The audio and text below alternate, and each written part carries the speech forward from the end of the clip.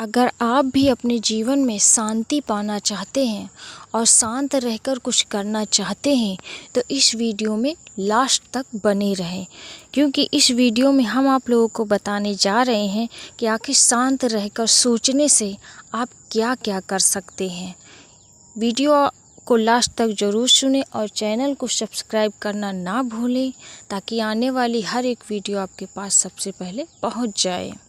इस कहानी में छिपी सबसे महत्वपूर्ण सीख यही है कि जब भी हम किसी चुनौती या समस्या का सामना करें तो सबसे पहले हमें घबराने की बजाय शांत रहकर सोचने की आदत डालनी चाहिए। मन से विचार करना। जब भी हमारे सामने कोई बड़ी समस्या आती है, अक्सर हमारा पहला कदम होता है घबराना और उसे जितनी जल्दी हो सके हल करने की कोशिश करना। परंतु यही घबराहट हमारे असली समस्या को दूर कर देती है। कहानी के तीसरे व्यक्ति ने ऐसा नहीं किया। उसने शांति से सोचा कि क्या समस्या वास्तव में उतनी जटिल है जितनी उसे दिख रही है, और इसी समझदारी ने उसे विजयी बना दिया। समस्या की पहचान करना।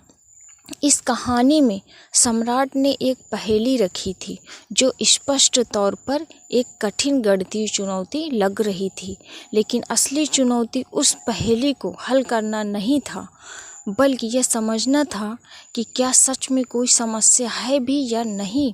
समस्या की सही पहचान करना ही उसे सुलझाने का पहला और सबसे महत्वपूर्ण कदम है।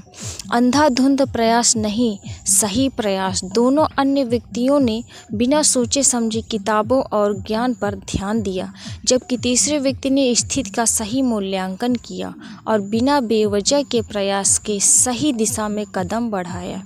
यह जीवन में एक बड़ा सबक है कि सिर्फ मेहनत करना ही काफ़ी नहीं होता, सही दिशा में मेहनत करना जरूरी है। धैर्य और स्थिरता का महत्व। तीसरा व्यक्ति न केवल धैर्यवान था बल्कि उसका मन भी स्थिर था। उसने बिना किसी डर या जल्दबाजी के स्थिति का मूल्यांकन किया और एकदम सही कदम उठाया। ये सिखाता है कि धैर्य और मानसिक शांति ही सबसे बड़ी चुनौतियों को सुलझाने में मदद करती है। भावनात्मक पहलू। जब भी हम जीवन में किसी कठिन परिस्थिति में फंसते हैं, हमारी पहली प्रतिक्रिया होती है घबराहट या डर, परंतु सच्ची समझदारी यह होती है कि हम अपने डर पर काबू पाकर शांत मन से समस्या का सही समाधान खोजें। जब दिल और दिमाग में शांति हो तभी हम सही समाधान तक पहुंच सकते हैं।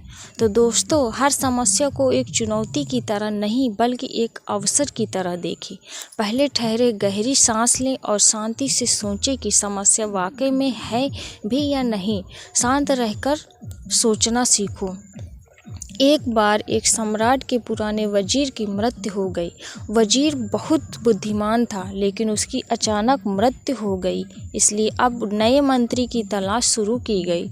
साम्राज्य बहुत बड़ा था, इसलिए उसे संभालने के लिए एक बुद्धिमान और दूरदर्शी वजीर की ज़रूरत थी। पूरे राज्य में सबसे बुद्धिमान और चतुर व्यक्ति की तलाश शुरू हो गई। इसके लिए राज्य भर में कई तरह की परीक्षाएं आयोजित की गई। पूरे राज्य से विचारशील और बुद्धिमान व्यक्तियों को चुना गया और फिर उनकी और भी कठिन परीक्षाएं ली गई और अंत में केवल 3 चुने हुए व्यक्तियों को राजधानी लाया गया ताकि सम्राट उनकी अंतिम परीक्षा ले सके। उन तीनों को एक कमरे में रखा गया और इसकी घोषणा स्वयं सम्राट ने की थी कि कल उनकी अंतिम परीक्षा ली जाएगी और जो इसमें उत्तीर्ण होगा उसे राज्य का वजीर घोषित कर दिया जाएगा। परंतु आश्चर्य की बात थी कि शाम होते होते यह बात सारी राजधानी में फैल गई।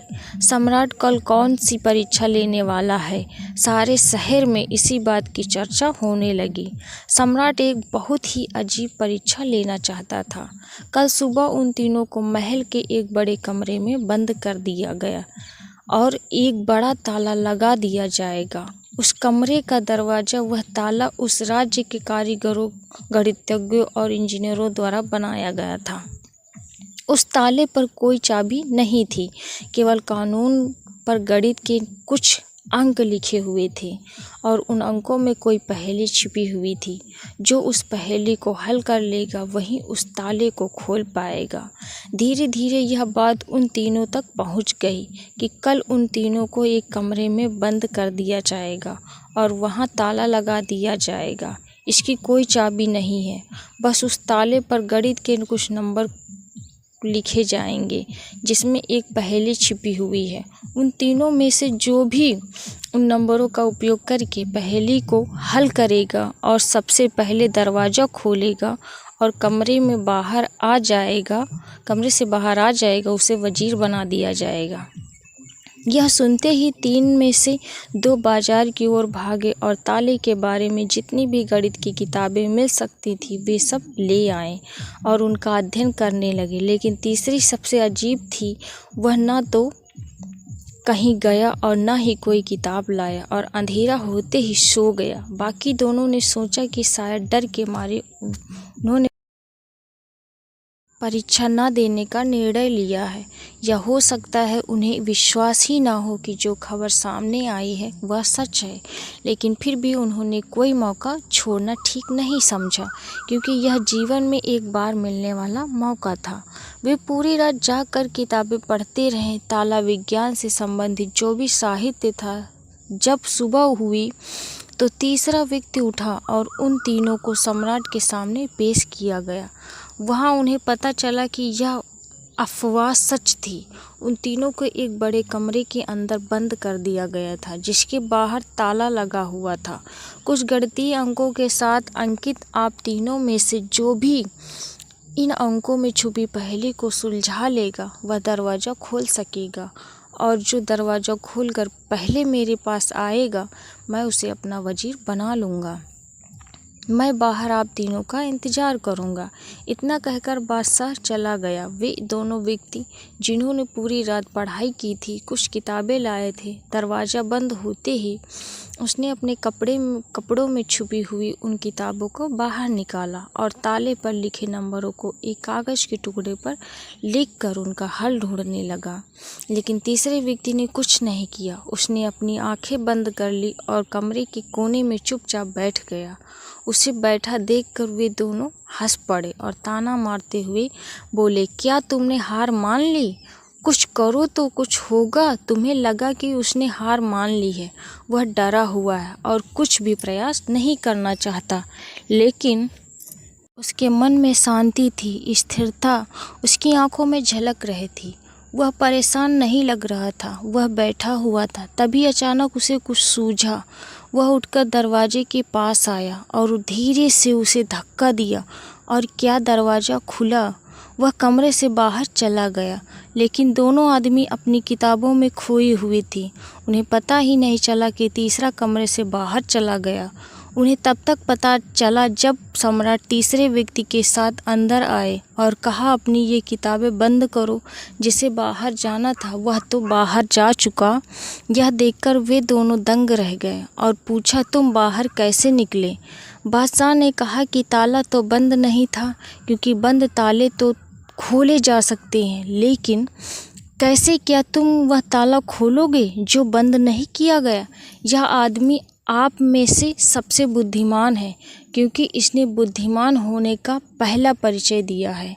ताले पर लिखे नंबरों को हल करने से पहले यह पता लगाने की कोशिश करता है कि ताला बंद है या नहीं।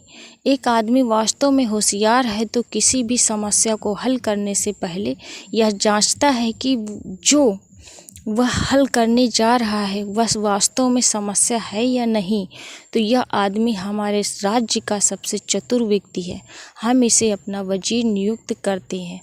तो दोस्तों, इस कहानी से हमें यह सीख मिलती है कि जब भी हमें लगे कि हमारे सामने कोई बड़ी समस्या है तो घबराकर उस समस्या का समाधान ढूंढने की बजाय हमें शांति से सोचना चाहिए कि जो मैं समझ रहा हूँ वह वास्तव में समस्या है या नहीं, या वास्तविक समस्या कुछ और है जो हम अभी देख नहीं पा रहे हैं। इसलिए हमें घबराने की कोई ज़रूरत नहीं है। अगर हमारे पास समस्या है तो उसका समाधान भी अवश्य होगा। आई होप आप लोगों को वीडियो अच्छी लगी हो तो प्लीज़ मेरे चैनल को सब्सक्राइब करें, वीडियो को लाइक